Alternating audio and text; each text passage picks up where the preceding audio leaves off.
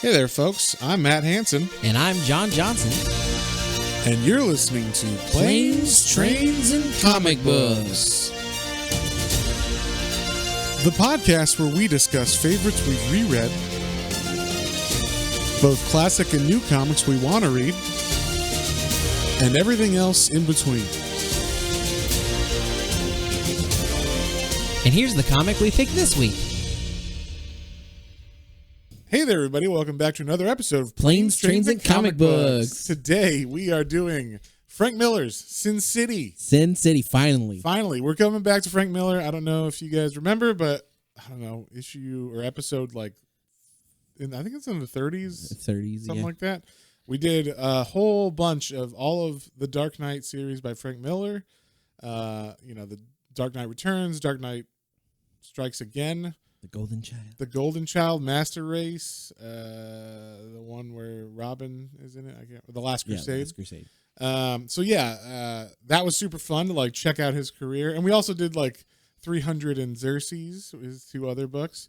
So we figured one thing that John has never read from Frank Miller that I love and I've been a big fan of since I read it was Sin City, and this was a movie, and I was surprised John has not seen this movie. No, my only knowledge of Sin City is, some obviously the famous art from it, and then I'm sure I've seen the trailer a few times over the years. But yeah, I skipped the movie because I guess I wanted to have the background on the comic first for it. I usually like to know what I'm getting into. Yeah, I'm so happy you did though, because reading the comic first is way cooler than seeing the movie and then reading the comic, which is what I did. I wish I had seen it because the movie totally spoils everything in the comic. Yeah. So not even just the dialogue's the same or the story. It's the fucking imagery is exactly the same as the page. So it's very, very basically the comic book is a storyboard for the movie. At least that's how it feels to me. So and I think they knew that. They were like, what if we made it shot for shot the exact same thing? And so if you've seen Sin City, it's pretty damn close to the book. I'm assuming most people here have seen Sin City or listening, not in the room with us. But yeah, the imagery of this is really the thing that is evocative. The story itself is pretty straightforward, kind of anti-hero crime fiction. And it's told in that way from which makes sense why you like it so much. Now I'm thinking about that. Yes, I mean I'm a big fan of crime fiction, and I like anti-heroes. And this first volume is called The Hard Goodbye, and it follows one character named Marv, who is not a cop or a good guy. He is a bad guy. Some muscle. He's a muscle. He's a neutral. He's a chaotic neutral. Do you find out what he is overall throughout the other parts of the comic? No. It doesn't. Okay, so we really never learn. We never know. I mean, he's just a guy in town who likes to go to strip clubs and drink beers and has a weird psychosis problem. And that's the extent of it? That's it, yeah. Okay, that's cool. That's actually kind of even more refreshing because it's don't need any of that stuff. Just enjoy the story. He does appear in some of the other comics as background character, and also I think he helps out he's a side character in one of them, but there's no he was born and there's no definitive history of Marv and who he works for and all that shit that I remember. At least it's been a while since I read all 7. Usually you start with 1 and then you get through 4 and you're all right, I'll take a break, and then you never come back to it. So you read this digitally on Hoopla. I read this because I have the entire series in one big damn book called the Big Damn Sin City Collection. And it's pretty heavy, I'll say that. Looking at it on the shelf over there, yeah, it is gigantic. It makes it. One thing I love about comic collecting in general, and this is only from the perspective of I pretty much only had trades, individual issues, and I think I remember when I bought my first Absolute, it was All-Star Superman, right? Which isn't that big, no. It's big. You can hold that thing in your hand all day long. Yeah, it's not heavy. But if you look at Matt's shelves, and I'm sure you've seen it in the back of some of his Matt's Minis episodes, if you haven't, check it out because he's got a nice display now. But some of these absolutes and collections are I don't know how you want to take. How do feel like I understand how you would take that out and then read it from it. They're so big. I just put it on my lap. Yeah. and tilt it upward. Yeah, like a little baby. It's like like a baby. Yeah, my hand does get tired, and sometimes my wrist hurts afterwards. But you know what? It's worth it because you can see the art in that giant page format. And I'm a big fan of absolutes and omnibuses. I will say I do read absolutes more than omnibus because omnibus is so hefty.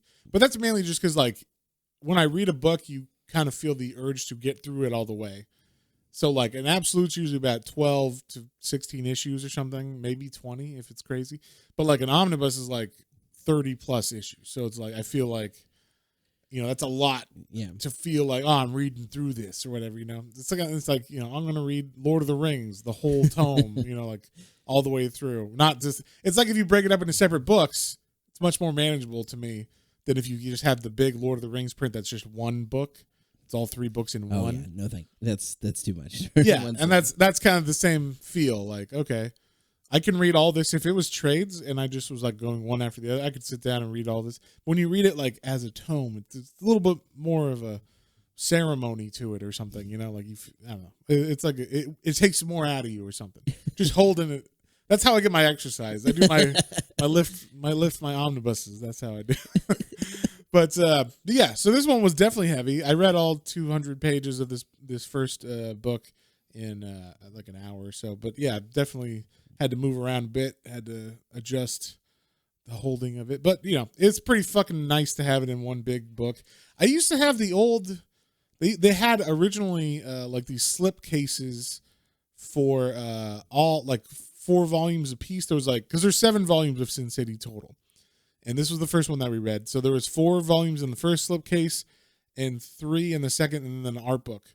And they're individually bound books in the slipcases. So you could pick out just the first volume and the second volume, which was nice. That was kind of like the best way to read it. Although there was like issues with the bindings on those.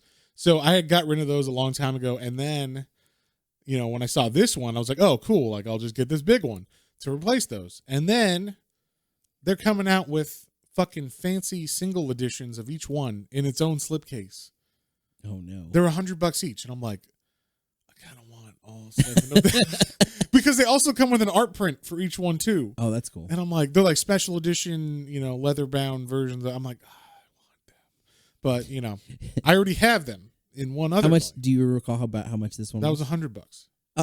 So you bought $100 for the whole thing, and then you're like, I kind of want to spend $100 on each. I kind of want to spend $700 now. So technically, it'd be $800 on the Sin City franchise, minus whatever. I think it was $150 for the old volumes. What we're trying to say again is, if Frank Miller, if you're listening, obviously we love you on this podcast. And you have a sucker, Matt here. So, I mean, I do that all the time, though. I have individual hardcovers for books that I have in omnibus because I'm like, I'd rather read them in hardcover than in like single hardcovers than the whole big omnibus.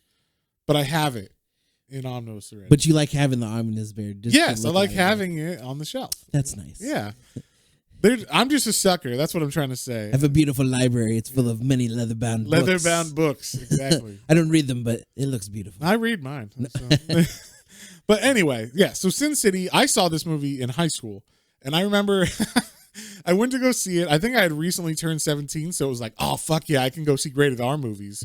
And I went to the movies, and I was like, oh, this is going to be like a cool comic book. I know who Frank Miller is. At the time, I was kind of comic book adjacent. Like, I was familiar with properties. I'd seen Hellboy and Constantine, and I was really into those. And I liked reading comics when I was a younger kid, and I liked the Batman animated series and the X-Men TV show and Spider-Man animated series, but I hadn't really been able to read comics because there was no comic book stores near me. So, and this was before Amazon and shit, so you can't buy any of that like easily. Yeah, I had a Borders Books in town, and I could go there, and everything was like $20 for these collections, and I was kind of like, I don't know if I have $20 for something I don't know is good, But then it's a lot easier to pay like $2.99 at the time. Now they're like $8 or $4.99 or whatever. But when you go to a comic book store and you're like, I'll try this issue out. It's $3. Okay, no big deal.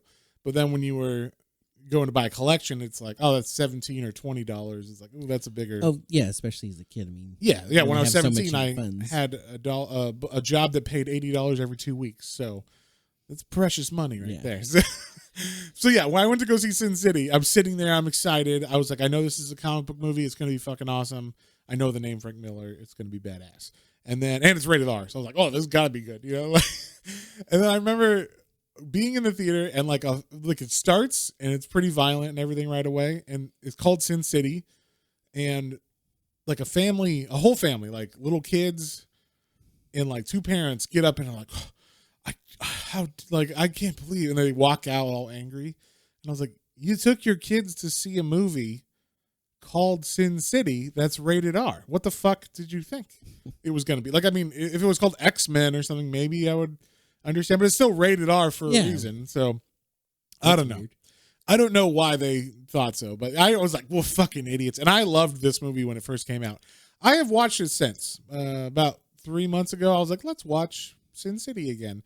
And I was like, it definitely is a rough comic book movie. I was talking to you earlier. I was like, this was when they weren't exactly sure how to make comic book movies. And if they made this today, I still don't know if they would make it correctly or like better, because it's a totally different comic book movie. It's not a Marvel movie, you know? It's like a crime noir that's got a very distinct visual style. So like, I think they did the best they could in the best that they would now too, but like at the same time, it's definitely not perfect, or it's kind of like weird, because they do in this book, there's a lot of narration, and they just put that narration the whole time over the screen while the images are showing. So it's very much like a comic book, but it's a movie. So you got to change, you know, I would expect you to change some of that format for the media that you're working in. So that was his biggest downfall, I think, is that the narration was like over a lot of imagery, just like in the comic, but it's like, but yeah, like maybe you could have let some of them just play out and gotten this exactly, yeah, and got a little bit more acting and story, and rather than like like you just see Marv staring and he's like and then you get the narration of like, I was so angry I could have squeezed his head with like a lemon or whatever the fuck he was saying. Yeah, and it was just like, okay, but like you could just show him yelling out or acting some other way other than just staring, like the panel has it, because the panel is static or whatever. So like, I don't know, it was kind of like lackluster, or it was weird because it didn't feel like it was a movie. It felt like it was a motion comic or something, you know? So, but anyway, let's get into this story. I think I kind of already spoiled it, but the name of this book is called The Hard Goodbye. This is volume 1, and the main character is a dude named Marv. And they do introduce Sin City a little bit, like what the city is later on. But basically, we're talking about Las Vegas, basically. Like, yeah. Like it's just, some politician found out that, you know, if I start a brothel area next to this mining town, they'll make a bunch of money. And so that ended up becoming Sin City or whatever. So that's why it's called Sin City. It's basically Las Vegas. So makes sense, right? You know? Yeah. But we start off right away with Marv. We get introduced to him, and he's in bed with a lady named Goldie, and he doesn't know why. Like, he's like, I don't know how I got here, but I'm sure damn happy I did, or whatever. Like, yeah, you know, like he thinks it's like a miracle that this girl is willing to sleep with him, and the reason why is because he is a very, very scarred. He's a linebacker of a man.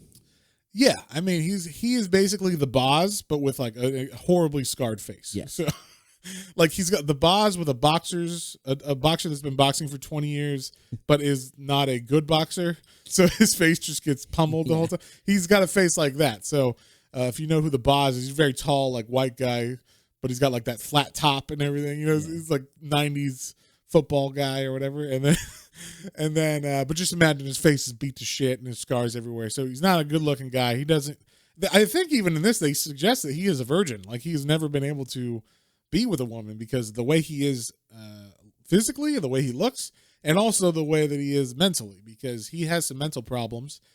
He continuously throughout this volume talks about how he needs his pills because they kind of clear his head up.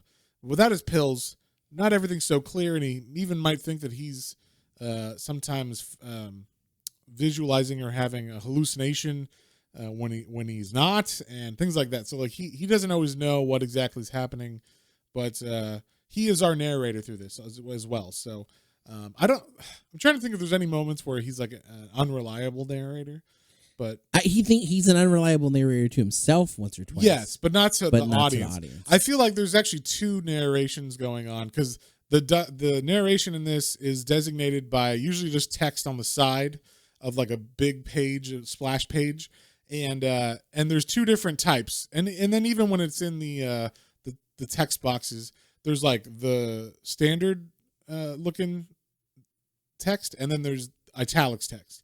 And the italics is like what he's saying to himself and kind of like talking himself through stuff, and the other kind of just like his inner thoughts that are narrating correctly what's going on generally. So so he sleeps with this girl. She rocks his world.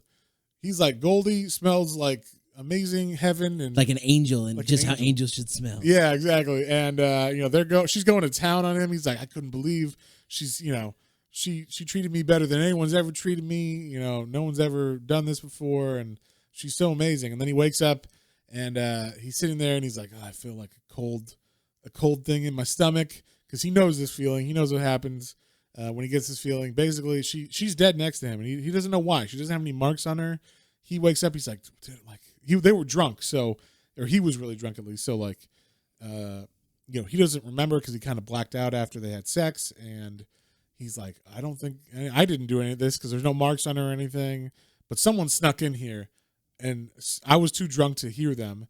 But even with that, like usually I'll wake up, but someone was that sneaky, like that good, that they snuck up and choked her next to me and killed her. So he's on a mission to find out who did it. And because, this lady was the only nice person ever. And you said you kind of had like, this was a little bit of an unbelievable thing in this to you. And, well, I get like, so talking more about his and saying that, like the implications, I guess I didn't put together maybe that he had never slept with a woman, but it came to me as like, I don't know, like, yeah, he says basically like I loved her. Yeah. And it was one of those, like, I guess, and maybe it's because I've been married for too long now or something. I don't know. I don't understand what love is anymore. No, I just like how do you fall in love with someone that, because it's literally someone he just met and then they just had sex, and I'm like, well, I guess. Apparently you don't remember what having sex was like the first time. Oh my God, I love you. I can't. Yes, because I could totally remember, being in high school and being like, I love you, for not even that, for like, oh, she looks at me. I love you. I love you. She said my name. Yeah, she remembered my name. Oh, I love you. Exactly. I was like Ralph Wiggum. Like, how'd you choose you? Like, how that card you gave me out of sympathy, now that means that we're boyfriend and girlfriend. And I love you. Like, that's exactly how it is. Wait a minute. If you pause and you can see his heartbreak. The moment his heart breaks. Yeah, exactly. So, and they do say in this, and I kind of read it over and over just to double check, but so he says, when he's talking to some prostitutes later, you guys would never touch me, right? Like, there's no way that I got them near me. So he's never had a prostitute that he could pay to have sex with. And then later on, he's like, no one's ever, or I think some other time in the story, he's like, no one's ever done this for me, or been, I've never been with a woman like this. So he says those things. So I'm like, okay, I think he's a virgin, and because he's just like so ugly or whatever, and he's just like has mental problems, and he's psychotic or whatever. So yeah, rightfully so, women are not like, yeah, I like you. So we find out later why Goldie is into him at all for this whole thing, but he doesn't know most of the time during this. He starts off just like, she was super awesome, I had a blast, and then she was dead, and I got to find out who killed her, because why? And then also, why did they leave me alive? Like what was so important about her? And so he stands up in this room, and right away he hears cops. He's like, okay, the only people who knew about this death are me in this room and the guy who killed her. So obviously this is some kind of setup. They're trying to set me up to fall for this death.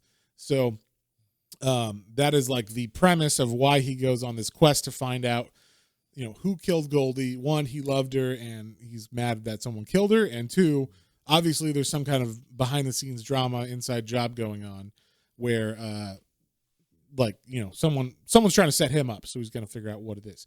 So these cops come through the door and they run up the stairs because, of course, there's no elevator in this place. And this is where we get like the first fight scene. We also get the first mention of his pills, and he's like, I gotta take my pills before I get here. I gotta keep my head clear.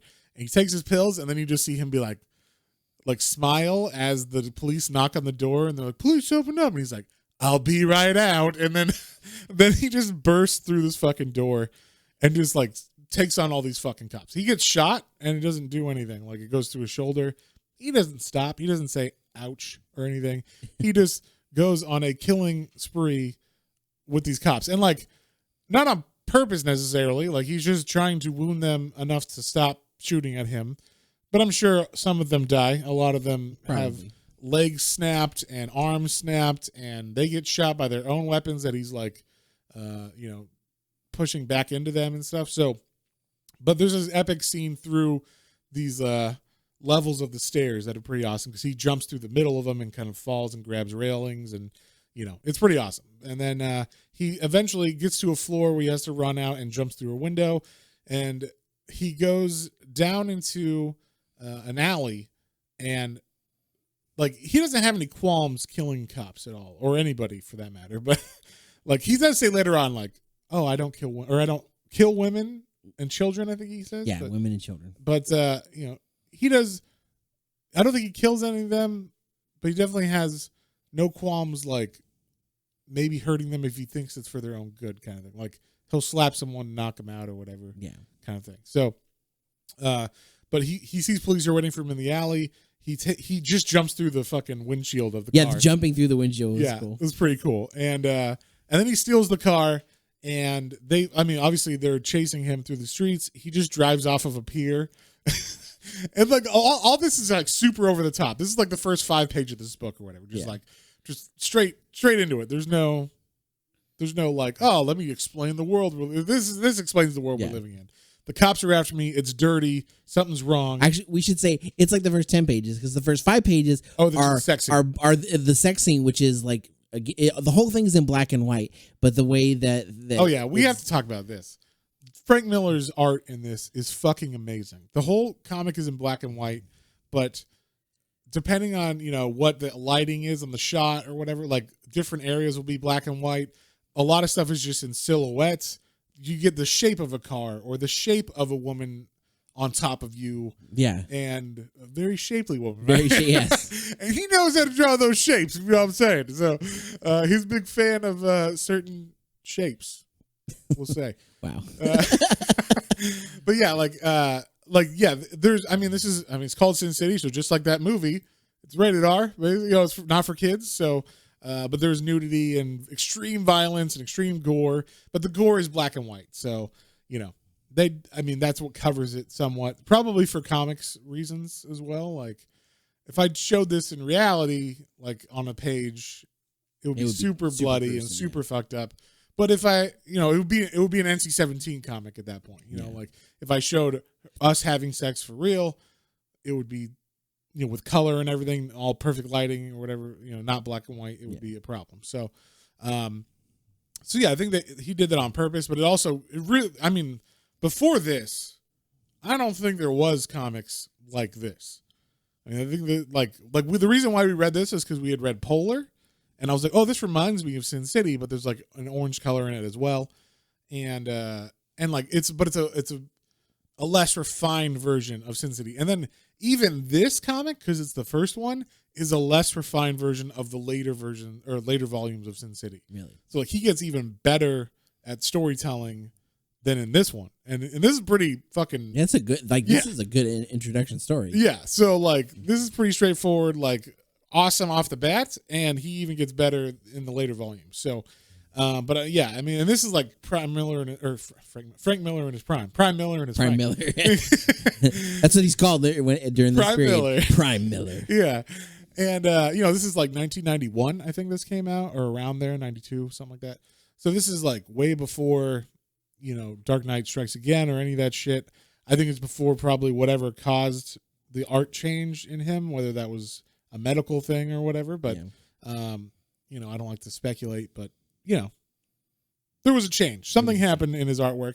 And that's the other thing. Like this is, if you look at Frank Miller now, you know, he's got a different style because his art style change is not nearly as clean or as, you know, precise.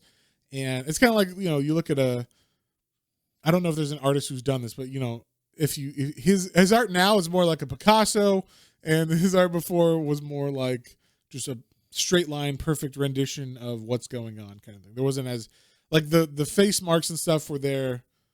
The line wasn't so thick, and I don't know if that's because it's digital as well nowadays, but who knows? I don't know. But this was definitely pen and ink on page or brush and ink on page, and you know, looks fantastic. So it's good that you pointed that out because I just kind of, you assume sometimes people know what we're talking about, what this looks like, but yeah, this is straightforward. This doesn't look like a manga though, like, you know, even though it's black and white art. No. This looks completely different than anything I think that had come out before that time, before this time. So, and then since then, of course, like we said, Polar is very similar to that. There's definitely other ones that have come out that look like this, but he was the first to do this that I know of. Like I said, he doesn't even stray anywhere near manga in this at all. So like, no, and just again to get a grasp of or a sense of what you're talking about. If you have it, you definitely, and we've posted, you know, some obviously. If you listen on YouTube, you'll see a couple images, or Instagram will post. But if you can take a gander through this, like if you're in the store thinking about getting it, just seriously, because some of the pages. Like, it's so interesting to think. This would have been a cool comic to see how things are created like they do now, because like so much now is kind of not over explained, but it's cool to see. Like, we get a lot of really cool in depth behind the scenes nowadays. Yeah. Because of the age that we live in of technology. Yeah, YouTube artists are telling the secrets of the trade. Yeah, but like this era of Prime Miller Yes. would have been an amazing thing to see him create this, because there are pages that are all white with the black outline, and there are pages that are all black with the white all black with the white outline, or all white with the black outline. Yeah. Of the characters and or what's going on. Or mixed. Where you're like, how? Okay. And it's just like, yeah, it's just like, what color was his page initially? How did he start this? How did he finish this process? Like, yeah, and a lot of it is cool. like, you know how like if you just put two dots and a line curving up, you're like, oh, it's a face. Yeah, but it's just two dots and a line. Like your mind fills in the information.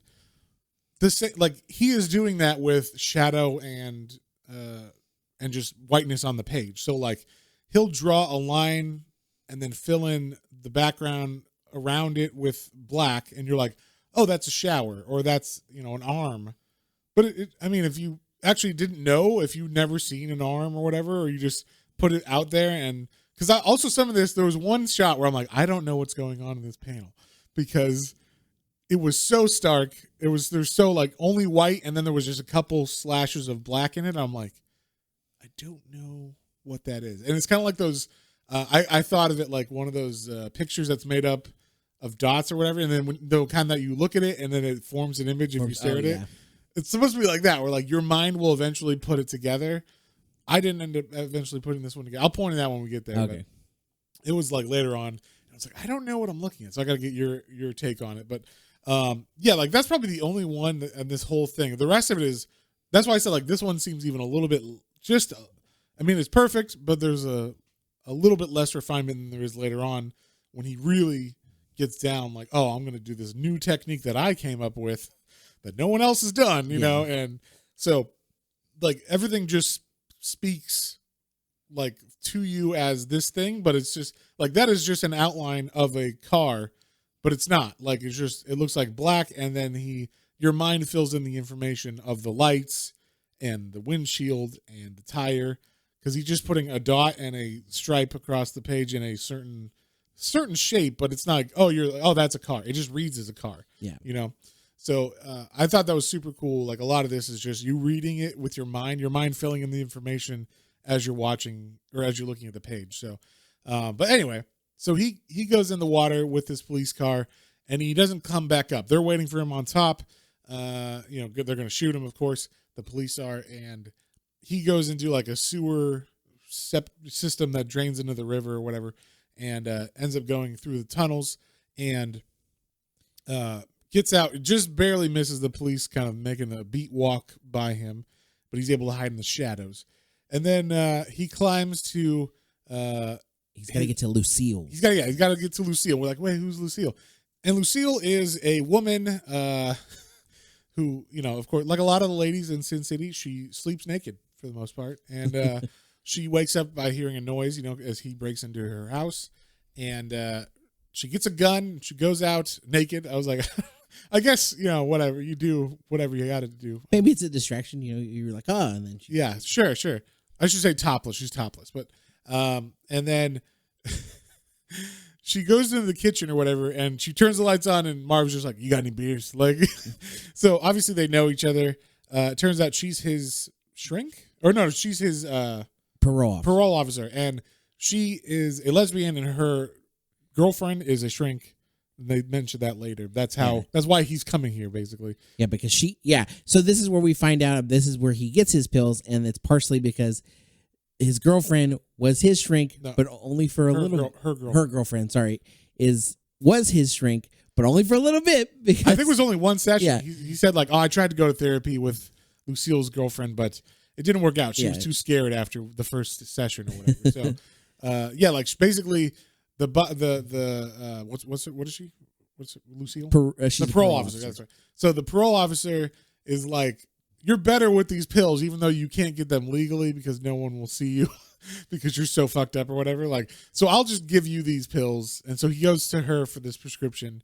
And so he talks to her. He tells her, I'm in some deep shit, but I didn't do anything wrong. I didn't kill anybody but there's something going on where they think I did or whatever. So, but he needs his pills to make sure. And I will say there's some language that gets said around in this issue that, some words. I would say this is from Marv's point of view. Marv is not a very polished person or a polite person or whatever. So he calls her in his head. He doesn't say it to her face. Or no, he might say it to her face. I can't remember. He says a lot of times like I don't know why you're gay but he doesn't use the word gay. He says like a slur for a gay person. He's like, I don't know why you're gay, or it's a slur for lesbian, basically. Yes. Yeah. But because you look so hot, basically, like you're just so fine. I don't know, you could have any man you want. I don't know why you'd be gay. So like he doesn't understand, at all like sexuality or anything. So that's another reason why I was like, I don't think he's had sex before. So he's not very quick on the uptick on any of these topics or anything. So, but she doesn't. I mean, she's like, I'm sure terrified of him to an extent as well, but also feels bad enough for him to like give him, help as needed. So his meds, and also like kind of go easy on him because she doesn't call the cops to alert them when he's like, someone's dead, but I didn't do it. And she was like, all right, like, I guess I believe you because, you've been pretty honest to me so far, or whatever. Yeah. So he seems like one of those guys that's like, he's not a good guy, but he has a code that sometimes gets, changed based on the situation or whether his mental state is like, is he on his pills or not? But for the most part, he's got a code that, he won't hurt a woman kind of thing. So he makes a run for it out of her house after he, gets the pills. He's like, I'm thinking straight now. I know what I need to do. So he's like, I got to go for Gladys. I got to get Gladys. And so you're like, okay, who's Gladys? And, who's this woman? And it turns out he's got to go back to his house, like where his mom lives, because he still has like a room there, and the mom has kept like his model airplane. Yeah, he's got his model airplanes on the ceiling, like toys, and his little bed that like is way too small for him that he's sitting on. Yeah. And we find out that Gladys has a gun that he like kept hidden in his room as a child. I don't know how long he's been away from his house, or if this is like a recent thing, or if he did have it like as a child. But he keeps it in like his little toy box or whatever. So she's never found it. But he's got like 1911 basically pistol, and that's the name Gladys. That's what he gave it. So and he's like, it's great to be reacquainted with Gladys. Like I just kind of like wheel her around, getting a feel for her. like so he's just swinging around. Yeah, he looks like he's posing in the room. Yeah, like he's just happy to have it. You know how you feel with a gun. You just feel good to have it. Yeah, sure. Strong. You just walk around pointing it at stuff, turning the TV on. In Texas, you do. In Texas, yeah, obviously. We all do that. We all have like gun-proof. Yeah, if you don't know this, everyone in Texas has a gun, and they open carry it because you're allowed to now. Right. you just kind of brandish it and let people know, like, hey, Yeah, someone looks at you weird, you kind of lift your shirt up Yeah. or whatever. Hey, look I'm at that. packing. Are you packing? No, They're packing too. So we all look at each other and we go, ma'am. And then, so anyway, but Marv is very happy to have this gun. He gets his gun. He talks to his mom a bit, and she's like, Marv, what are you doing here? He's like, oh, don't worry, Mom. I was just getting something from my room. You stay here. You're good. Like you be good, Mom. I love he's cut like all the bandages and stuff from all the fighting over the night when I think he basically bandaged up too at Lucille's. Lucille's, yeah, she helped him with. And his mom's like, "Oh, what happened to your face?" And he's like, "Oh, I just cut it shaving. That's all." Yeah, and it's like it's like all over his face. Yeah, and then she's like, "You're not telling me something. You need to be honest." He's like, "Oh, I forgot. I have a girlfriend named Goldie now, and all this like just shit like this." Oh, she's real nice, like just like I don't know. It's interesting. How like sheltered the mom is, but obviously she's pretty old. The way, and also one thing that's funny, look at her, the way she's drawn. She has the same nose, which you think like Marv's nose, which is just completely flat and like there's the forehead goes from his top of his forehead to the bottom of the tip of his nose. So like there's no divot or anything. It's just a flat line. So you think like, oh, maybe that's because he like got in a fight and his nose is smashed. So no. His mom has the same nose.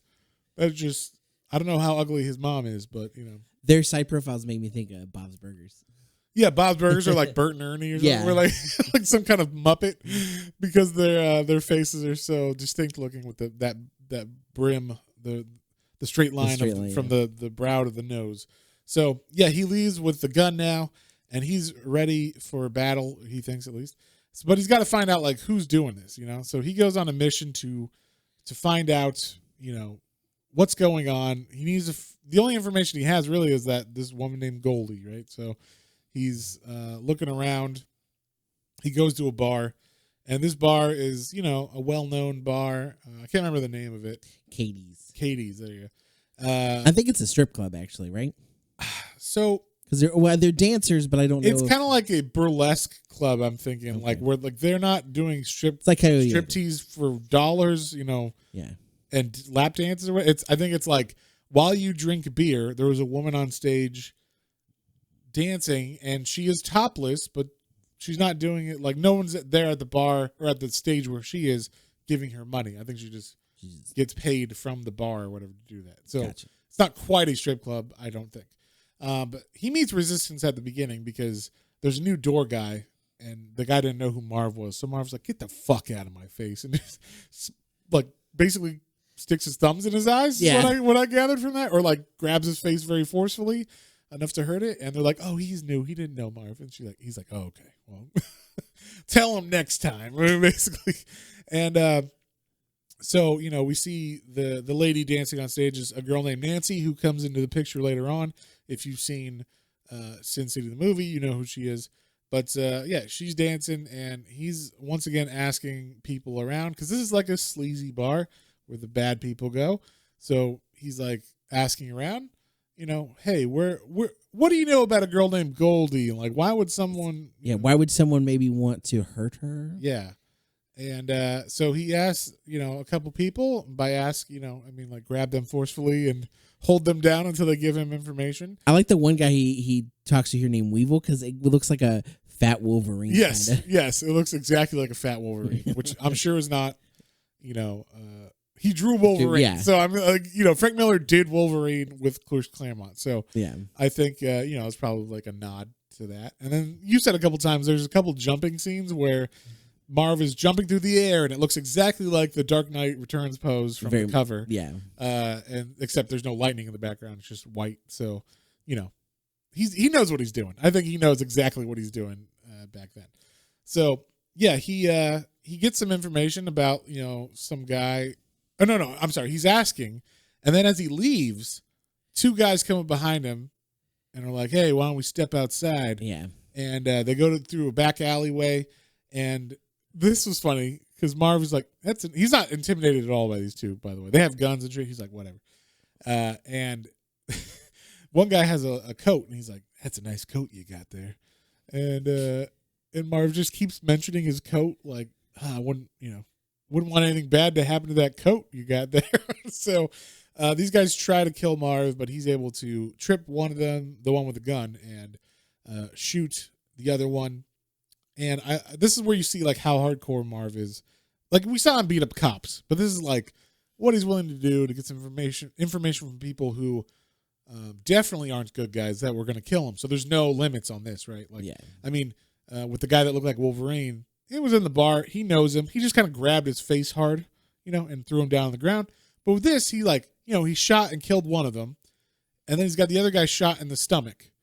So he's like, I kept you alive. I did that for a reason. It wasn't like because I missed or whatever. It was like, I want you to be able to talk, but I want you in pain, and you're going to die, just so you know. But like, you're going to tell me what I want to know first. And the guy's like, I ain't telling you shit. And then he shoots him in the dick. And the guy's like, okay, I'll tell you. So take off the coat first. Yeah, and he tells him like, take off the coat. So yeah, like basically the guy tells him, does he mention the name Rourke or something? And that's what he on it.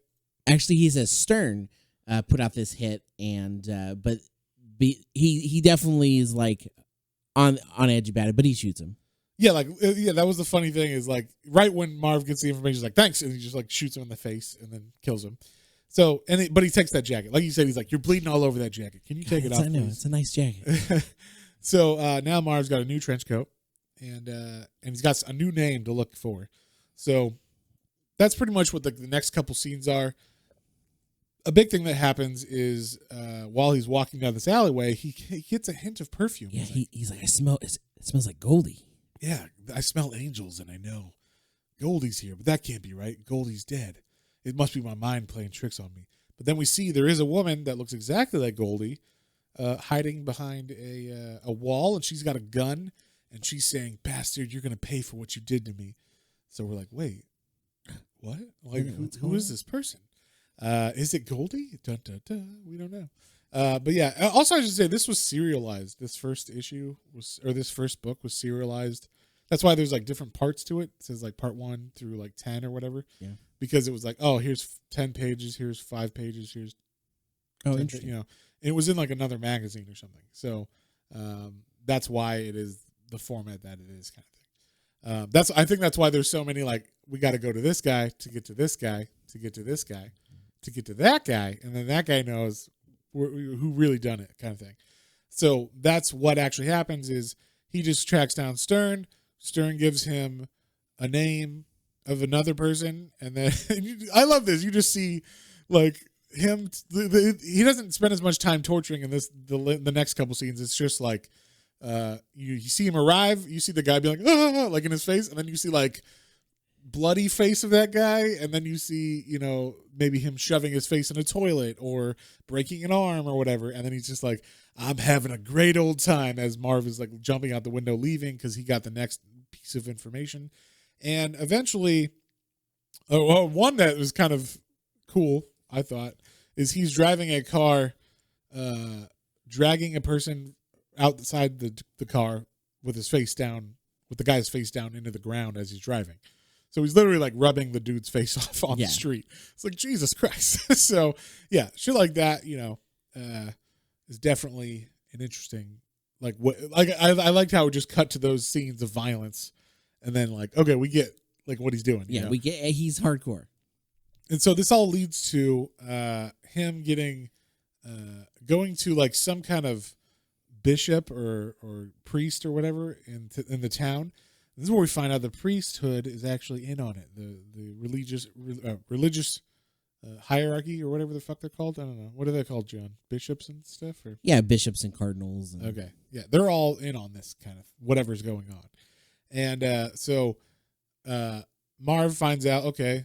Marv goes to confession, but not to confess. Yes. Not to pray.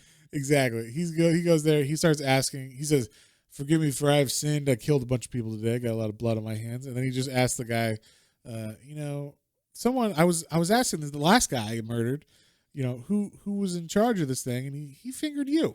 That's interesting. And then like the guys, you just see the face of the padre being like, it says padre. So I don't know what the fuck, is he a priest? Yeah, so he's a priest. So the priest is like what the fuck, and then you hear like, and you see like he's got the gun cocked and he's asking for a name, and the priest at first is like, this is the house of God, and And Marv is like, just give me the damn name. And so the priest says Rourke, and Rourke is like the head. I don't know what you call him. He would be like the archdiocese of Sin City. Yeah. So every time you hear something big going on, like a big event or a big scandal, it's usually because this archdiocese or archbishop of the biggest church in town, like in Boston or New York or something, like is in on it. Yeah. So that's what's going on here. Rourke, he says Rourke's name, and Marv is like, I don't believe that. That's way too high up. Like that. There's no way it can be Rourke. Yeah. And so, he leaves, and as he's leaving, because he doesn't quite believe that, but he's like, whatever, I'll figure it out. There's got to be another priest or something I could torture. So, as he's leaving, he sees a car coming at him, and he's like, what the hell? And he points his gun up, and then he sees the person driving is Goldie, and he's like, Goldie? And then she hits him with the car. She swings around, hits him again with the car, and he just doesn't understand what's happening, so he doesn't do anything. He just kind of like confused while she's like shooting at him, and she doesn't hit him, but she did hit him with the car. She doesn't hit him with the bullets. Yeah. So he's not he's not feeling too hot. He got hit by the car twice at least. So he's like, Goldie, like, and then so he's like, it couldn't have been. She was dead. There's no way that was her. My pills are wearing off. So like, he's so confused. But we did forget to mention that the priest, besides telling him the name Rourke, mentioned that because he was like, bullshit. There's no way it's Rourke. And then the priest was like, no, there was a farm. If you go to this farm, you will understand. You'll find out. You'll find out what's going on. So Marv, after getting hit by the car with Goldie, he still is like, that wasn't Goldie, as he's driving. Like, I'm so confused right now, but I do know there's a farm, So he goes to the farm, and he's like, instantly like, I know this is a bad place. Like, I can just tell there's something in the air or whatever. He feels it in his stomach. He always gets that icy feeling in his stomach, and he's never wrong with that. So when he gets there, he jumps over a fence and instantly comes face to face with a dog that is very angry and feral looking, but the dog jumps at it. He tries to be like, it's okay, Pooch, don't worry. And the dog's like, ah, and he's like, jumps at, or I think he just kicks the dog and then like knocks it out with a punch when the dog comes at him. So yeah, he doesn't kill the dog. He just knocks the dog out. Yeah, I mean, you can't kill a dog. Marv has his code. His a code, damn it. And apparently dogs are part of that. But as he's checking out the dog, making sure it's not dead and also just like knocked out completely, someone walks up behind Marv so stealthily that he cannot hear him. And Marv is like, so far has been like pretty damn good at, not being surprised or taken by surprise from people. So this guy walks up, and he's not really given like a look or like a face or anything. You just see him as blacked out. He's got glasses though. The glasses are like would give him away his character. He's also wearing like a Charlie Brown sweater. He's got the lines, the pyramid, the little hilltops or whatever. And so the guy sneaks up behind Marv and picks up a sledgehammer that was on the ground next to like a tractor and hits Marv in the face with it and knocks him out. And there was it was kind of like a fight scene up to that, but basically he knocks him out with the sledgehammer. And he's like, and then instantly Marv is like, I know it. You're the guy that killed Goldie. You snuck up on me. You obviously were the one who snuck in that room. Yes. It's you. Yes. And that's when he gets the knockout blow with the sledgehammer is when we see Kevin's face. He's revealed to us his name is Kevin. Or we find that out later, but like this is Kevin. And we see his face. He's like, I don't know, he just looks like an average dude. He looks like a guy who works in IT. Yeah, pretty much. Yeah, that's exactly what he looks like. Yeah, like maybe like he's got, it's hard to tell if he's got a little bulk to him or if he just has a big sweater with the Charlie Brown sweater that he's wearing. But yeah, he looks like a guy that you would see at the Apple store, like, hey, what's going on? I'm your Apple. Yeah, wouldn't leave you alone. Today, Just keeps trying to upsell you. Yeah. I think you need a new laptop. It's like, no, I just want you to fix my old one. Nah, that one's broken. Yeah, you definitely need a new one. Plus these AirPods. Yeah.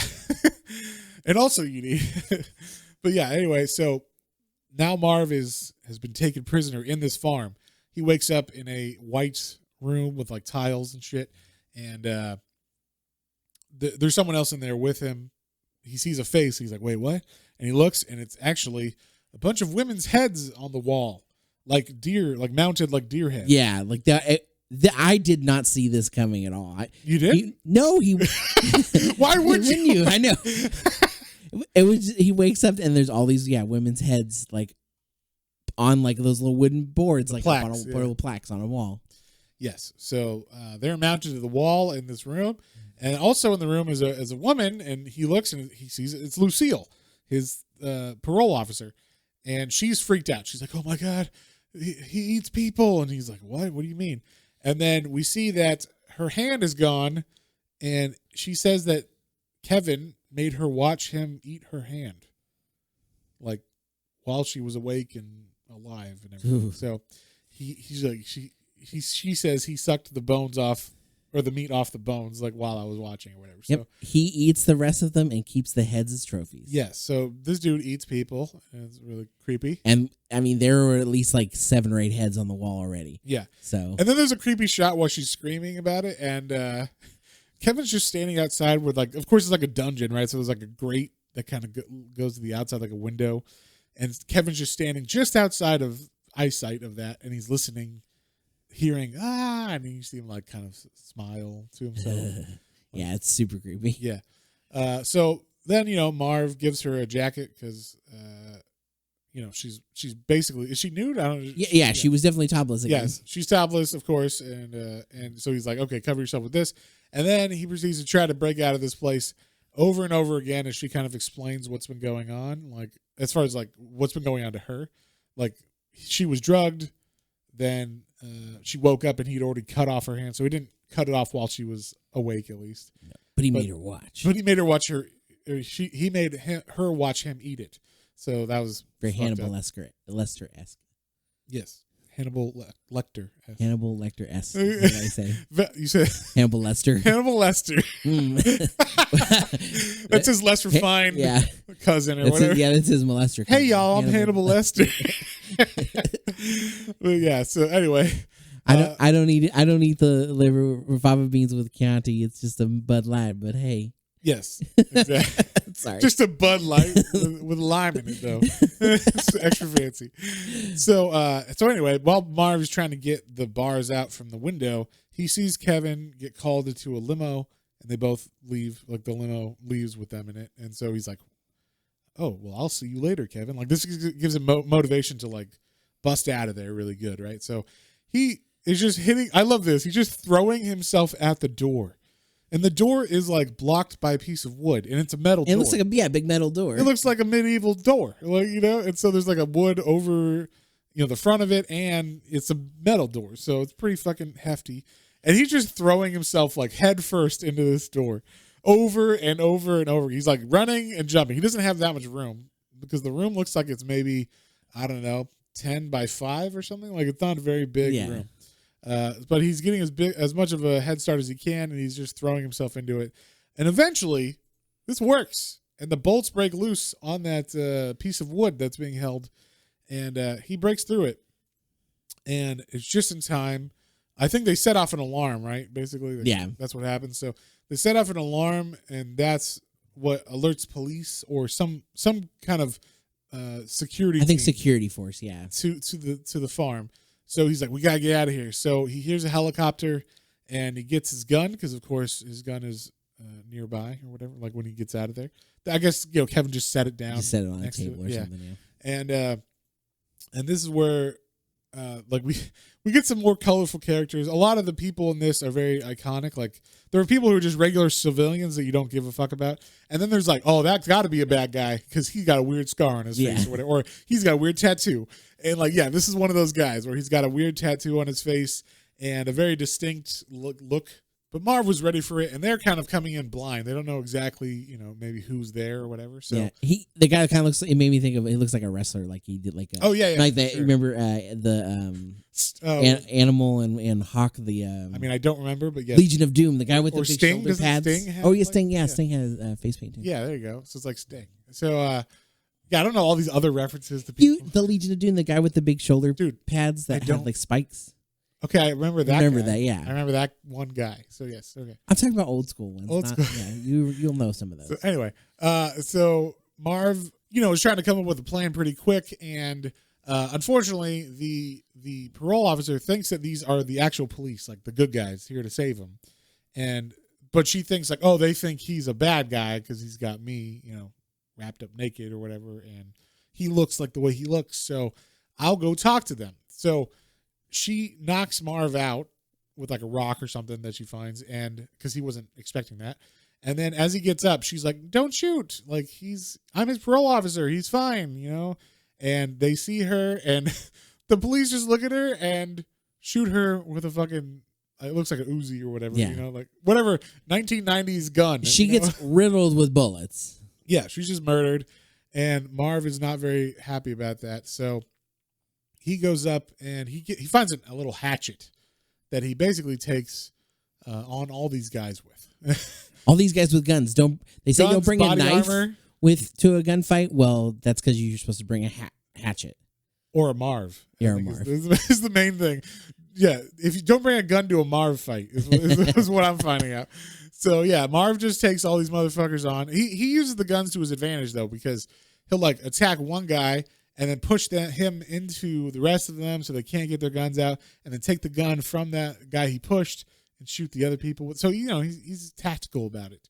But, yeah, all the fight scenes are pretty awesome. And he's just kind of having a ball. He's just smiling as you know, he's laughing at people as he's murdering them and stuff. This is pretty good. It's like his elements, you know. And and then the best scene is at the end. We're just left with the wrestler guy. The wrestler guy still has a gun, except it's out of bullets. He's trying to pull it, and it's just click, click, click. Like he's done.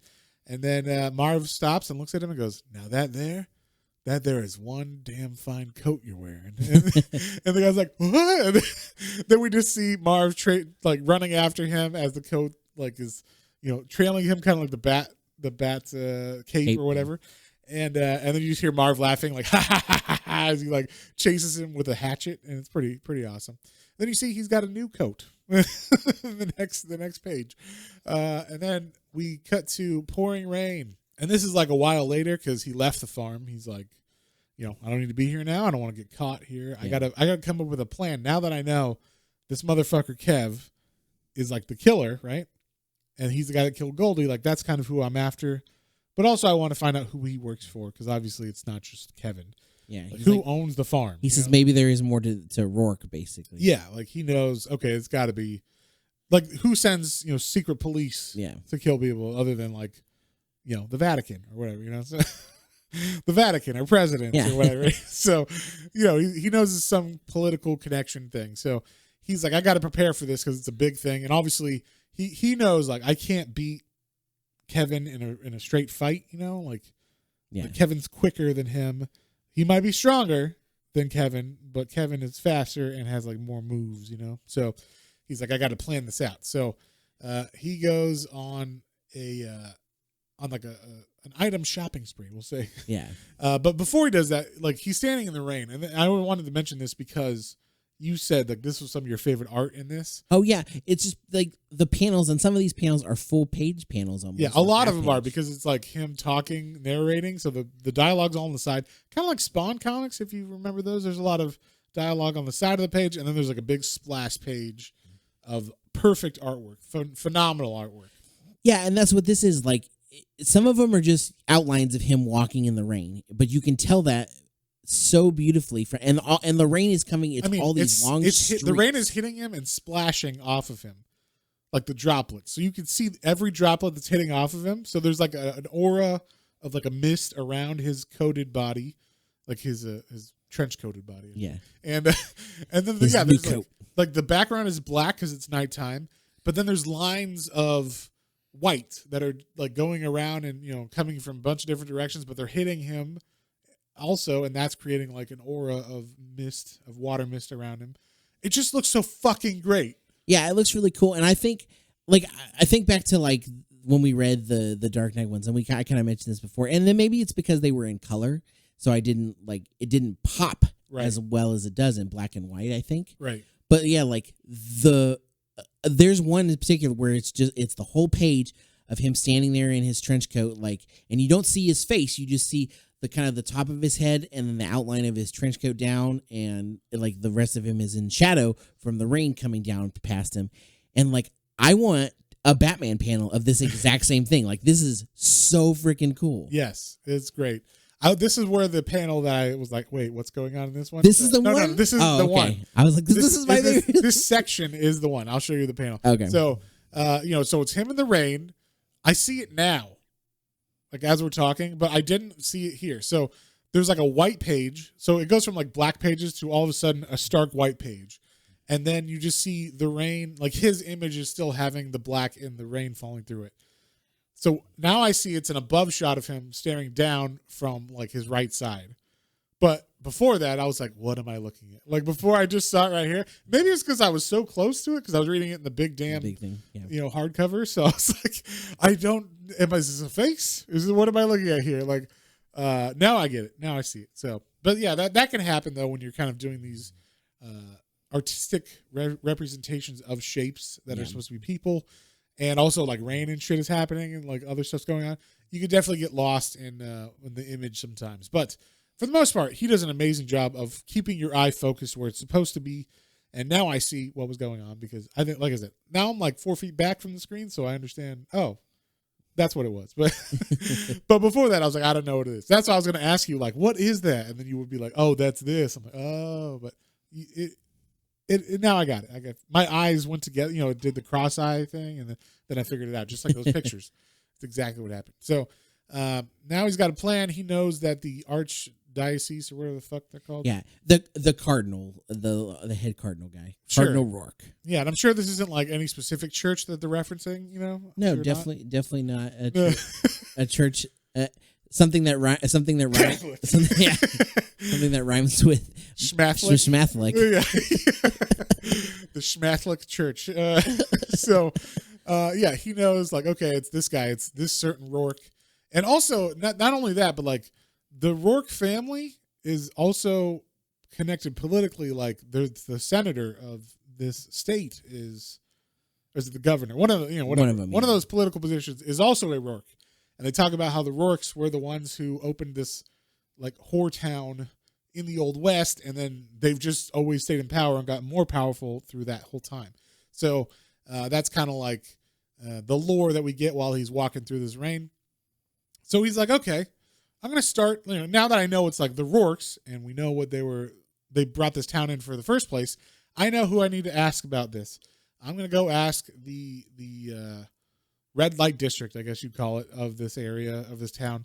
And this red light district plays a very important part in some of the other Sin City volumes. So This is like the first introduction to it. I like how one of them looks like she has a Wonder Woman costume on. Like she has like the bloomers with the stars on it. Yep, They're not. So. It's black and white though, so you can't. And it's from the back, so you can't really see, what her face looks like or if she's wearing a tiara or anything. But like he puts those. It looks like she got a lasso. Yes, she does have a lasso. You're right. But it's for bondage, not for And all of these prostitutes look like they're into. A lot of them look like they're into bondage. Like some of them have like Judas Priest wear, basically. Yeah, like, like skimpier versions of Judas Priest stuff, like spiky leather. Yeah, the one with the like skull cap of like leather spikes or leather with spikes on it is pretty wild. Yes, but there's definitely she would fit in a Judas Priest concert for sure. Yes. If she went there. So Marv goes to this red light district to ask about Goldie and what happened. And this is where he finds out the woman who's been following him, the one who hit him with the car that he thought was Goldie, and he's like, it couldn't be. I must have imagined that whole thing. He sees her here as he walks in to ask these women. And it turns out this part of the town is actually like a designated like no police area. So it's kind of like it's a by proxy legalized prostitution area because the police don't go there and enforce the laws. So they're all here, like every prostitute, and they have like their own kind of gang cliques and stuff. So it's kind of like they're their own clan here, so he goes to this specific one to ask because he knows them, and he sees one of them and he's like, oh my God, Goldie. And it's not Goldie. Turns out it's her twin sister, Wendy, who is also a prostitute.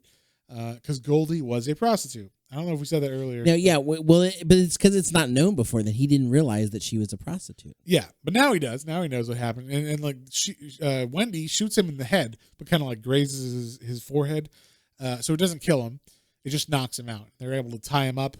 And then we get like the whole breakdown of, oh, I'm Wendy, Goldie's sister, and I can't believe you killed her, and all those other women because all the other women that were heads on Kevin's wall, they were also prostitutes. So that is why Kevin killed them, or was able to kill them, because no one looks for prostitutes, especially when they have their own weird designated section of the city that the police don't go at all. Mm-hmm. And it was like kind of like a don't ask, don't tell.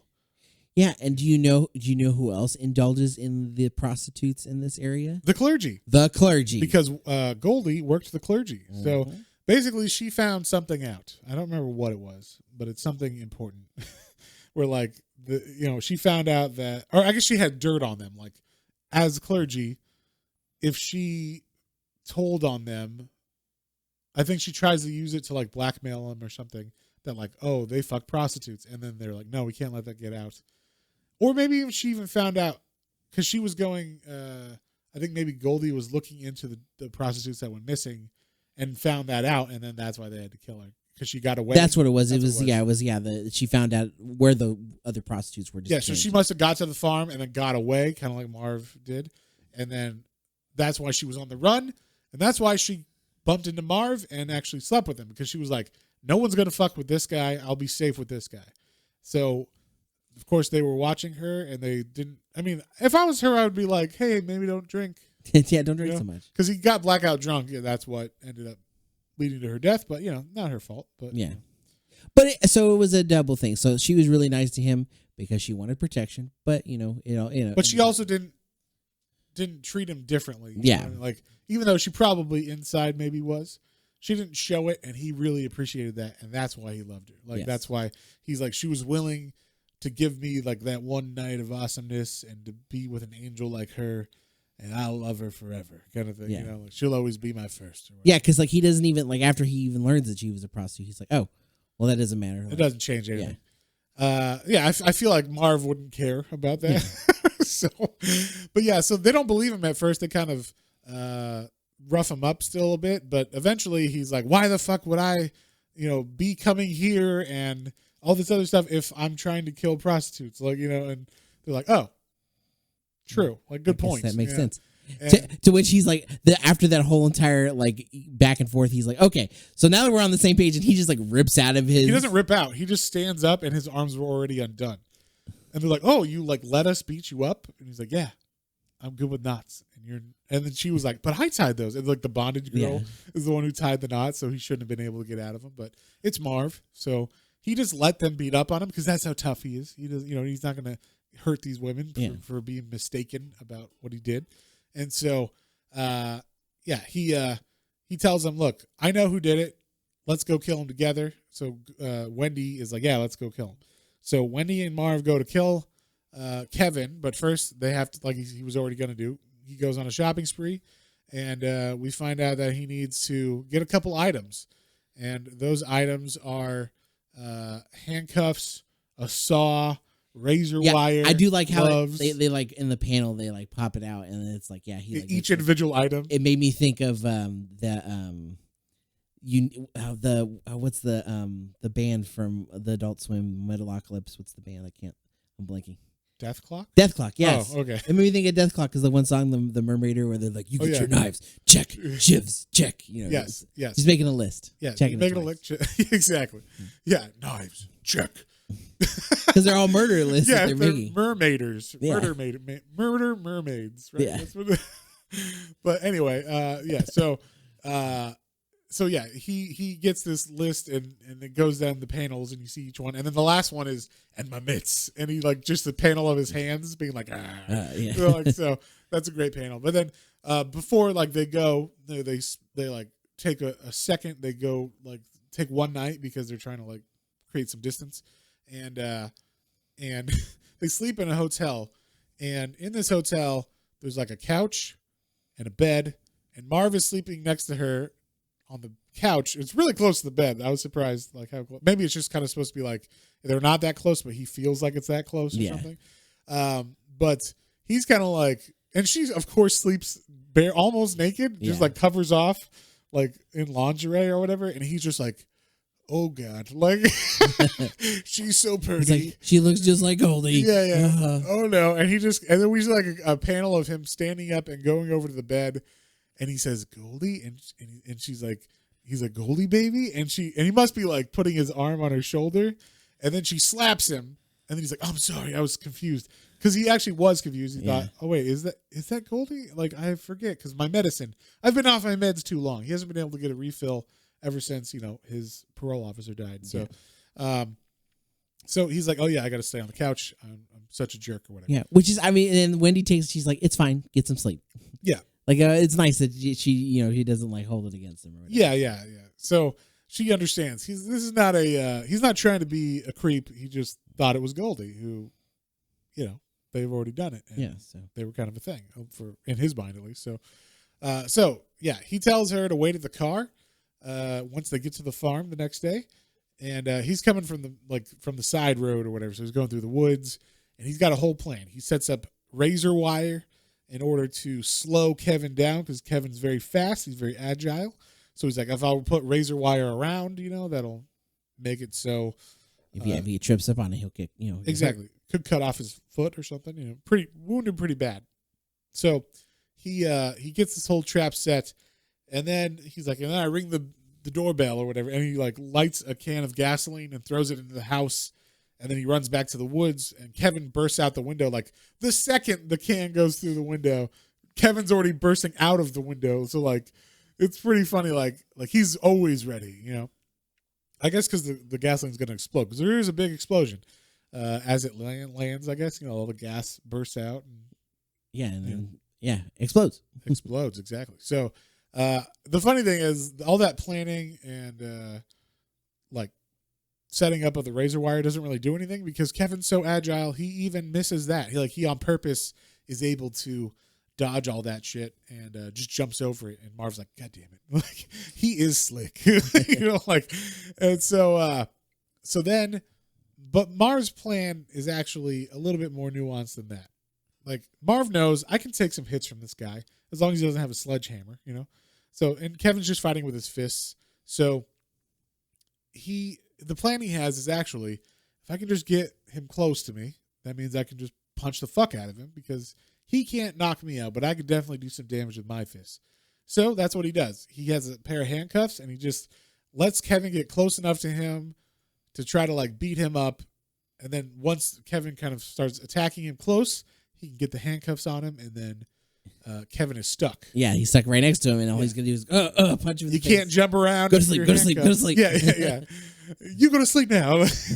So that's what he does. He handcuffs Kevin, and he is able to knock Kevin out with a bunch of punches, but eventually one big punch puts him out. And then, he goes to work on him, he says. But at first, Goldie shows up, or not Goldie. Wendy. Wendy shows up, and she's like, "Let me kill him, Marv," because she didn't wait in the car. She wanted to see what happened. And Marv is like, "No, I got to figure out what happened first, who he's working for exactly." So he's gonna confirm exactly. So Wendy is like, "No, I want to shoot him," and he just slaps her. And he's like, "Sorry, kid, I don't like to do that, but I can't have you killing him. I got to question him for information." And I think it's a mix of information, but he already kind of knows. Enough. Yeah. I think he also just wants the satisfaction of seeing this guy suffer. Yeah, I think so. Well, yeah, because he also says, I don't want her to see because, it'll give her nightmares what I'm going to do to him. Oh, yeah. Yeah. And, it's not a bullet to the head. He cuts off, before Kevin can wake up, he cuts off Kevin's limbs, and now he's just kind of got stumps. He's old stumpy. He's got no arms and no legs. Yeah. And one of the things that Marv bought was tubing, like that poly tubing or whatever, so he ties that around the limbs while he's working. He's like, and he tells Kevin, who doesn't say anything. He wakes up and he's smiling. He's got this weird smile on his face the whole time. And Marv is like, "Yeah, I finally got that tubing tight enough to stop the spurting. It's really hard though. That stuff kept breaking. It took a while, but I eventually got you to stop bleeding out." And then he's like, "At least long enough for before your friend gets here. And why don't you start talking, or I'm going to let your friend eat you." And then the dog shows up, and he won't say anything. Kevin doesn't say anything the entire time he's being eaten alive by a dog. And, it's super creepy. He's got the same look on his face. Yeah, he doesn't scream even, nothing. Nothing. Not a sound. Just smiles. Very, very creepy. So, he didn't need that information, like I said earlier. He just wanted he wanted the satisfaction to get Kevin to talk. but Kevin never does. So he's kind of left with Wendy, and he's like, well, what are we going to do now? He takes Wendy to the girl that was dancing. Her name is Nancy. He takes Wendy to Nancy's house and says, like, watch her for me. I got to go take care of some shit. Also, like, we covered our tracks so no one's going to, like, know that you're part of this at all.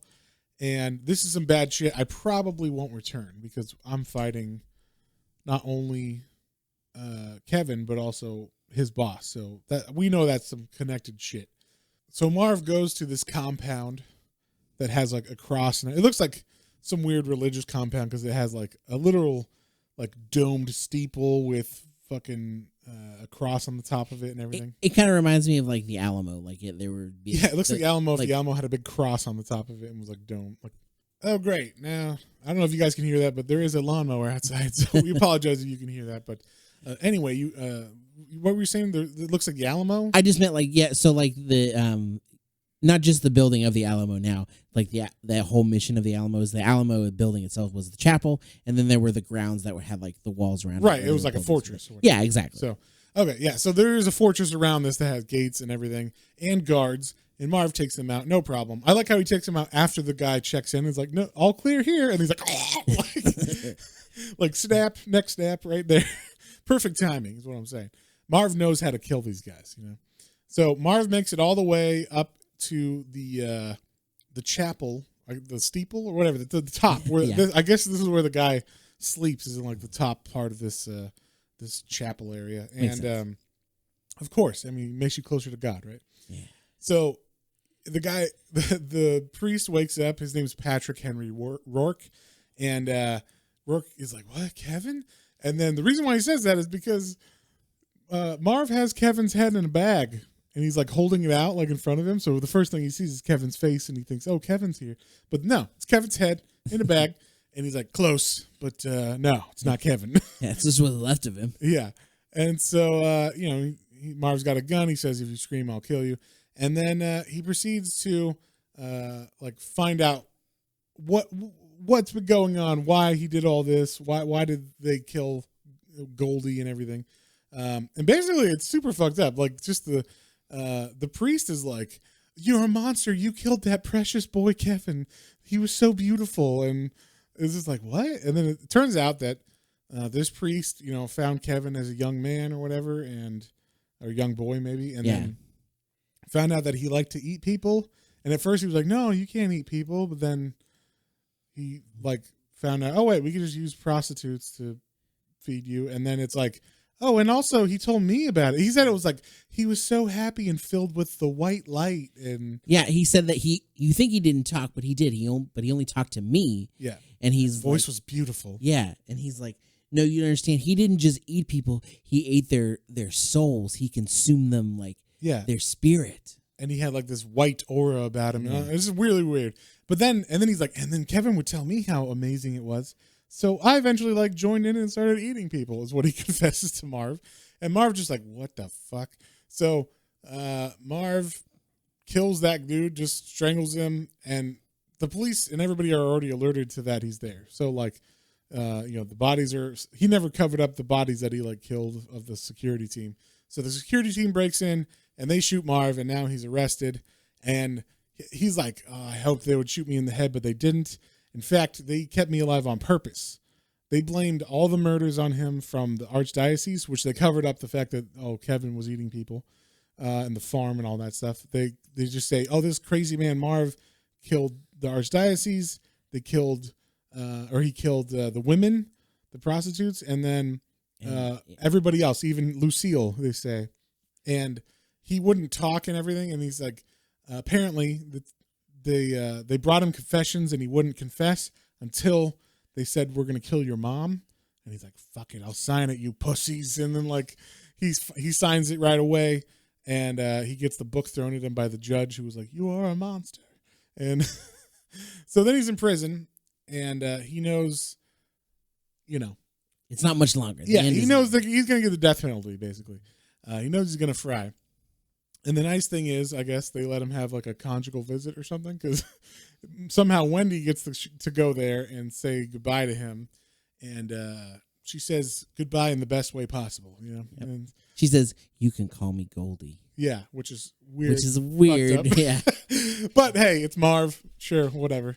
And so and it was kind of like, oh, he's confused because he's not getting his medicine either. Yeah. So he calls her Goldie there, right? Yeah. And then, but he says, "Oh, I'm sorry, Wendy, I get confused." And she's like, "No, it's okay, Marv. You can call me Goldie." And then after while they're sleeping together, and then they fall asleep, he says Goldie. She says her name is Goldie, which is how the comic starts. Those words. And then the next panel, we see him in the electric chair. And I love this, but this is so fantastic. There's a priest, and he's reading like, "Yea, though I walk through the valley of the shadow of death." And Marv is strapped down. He's got his head shaved with the metal bowl on top of it that's got connected to the electrodes. Yeah. And he's about to be electrocuted. And he's just like, "Could you move it on? Or could you get a move on? I haven't got all night. Like, hurry the fuck up with this thing." And so they're like, "Whatever." And they just, lower the switch, the standard, Frankenstein, medieval switch that's like a handle with a fork on the end of it. And he does that, and they electrocute him. And then he's like, "Is that all you got, you pansies?" And they do it again. And he's then finally dead after 2 times of what do they say, 20,000 volts or something, whatever the fuck it is. And so, he's fried after that, and that's it. And then someone comes over and says, "He's gone." They take his pulse, and he's dead. That's the end of Marv. And that's the end of Marv. And that's the end of the comic. Yes, exactly. This first volume. Yeah. So, John, what did you think of it? What would you give it? I liked it overall a whole lot. Like, it took me, like you said, it took a little bit to kind of get into the, like, how do you fall in love so fast? And again, that's just me maybe being married for 20 years. I was like, I didn't fall in love that fast, did I? How long have you been married? You said 20 years? I was joking. 40 years? 40 years. We've been married 60 We've been married 65 years. Every time you say it to someone, it just goes up. It's like Will Arnett's character with the suits. Yeah. He's like, this $10,000 suit. Oh, you expect the guy in the $15,000 suit to hold the door for you. Yeah. Okay. Oh, the $20,000 suit. Yeah. Yes. It's exactly like that, but with your marriage. Yes. But, I mean, again, the art, just some amazing panels. The whole thing was great, but just some that really, like I said, stood out and just was like, wow, how did he do this? Yes. This is Prime Miller. Yeah, Prime Miller. And the story was really good. Like you said, it was a good, like, crime thriller. And I didn't see the cannibal thing happening. And how could you? And I didn't see it being a twin. I thought it was just going to be like, I thought it was going to be a fake out, like she maybe took a pill or something and it was like a fake death. And it was to, like, that's why I said, like, I thought maybe we'd get a background on him because I thought it would be a fake out death. And it's like, it was really to get Marv for something, in his past. But no, it wasn't. It was just not doppelganger even. It was, it's a twin, twin sister. It's the other trope. Yeah. There's a twin and looks exactly the same and smells the same. Sounds the same. Yeah. Uses the same perfume. Yep. Everything. They do that on purpose just to confuse you. Yeah. So yeah, but I really liked it a lot. It was really fun. Like we said, it's Prime Miller. Yeah. So Prime Miller. Prime A1 Grade A. Grade A. I was going to say not dry aged, but yeah. Dry aged Frank Miller. Frank Miller. Yeah. So what would you give it then?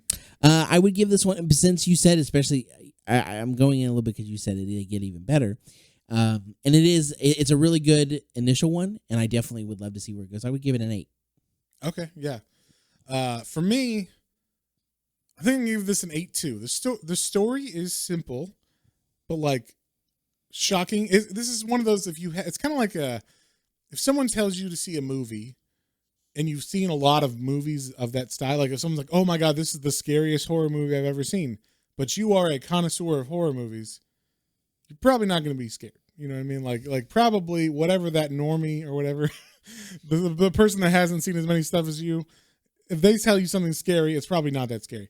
So this is kind of like if you've read a lot of Frank Miller or a lot of weird fucked up comics, it doesn't shock you as much as probably it would if you read it and it was one of your first comic experiences or something. That's why I was like, oh, you get to read this for the first time. That's fucking awesome, because I had it spoiled by the movie before I read it. So yeah, I mean, I definitely want to see. I know you said it's not quite up to snuff as far as like comic book movies. No, go, I mean, but I still want to see. The thing is, I just mean that like it's not the comic book movie, Yeah. It is a perfect representation of this comic though. So yeah, if you want to see that, I do. Yeah, I want to watch then it. I would suggest it.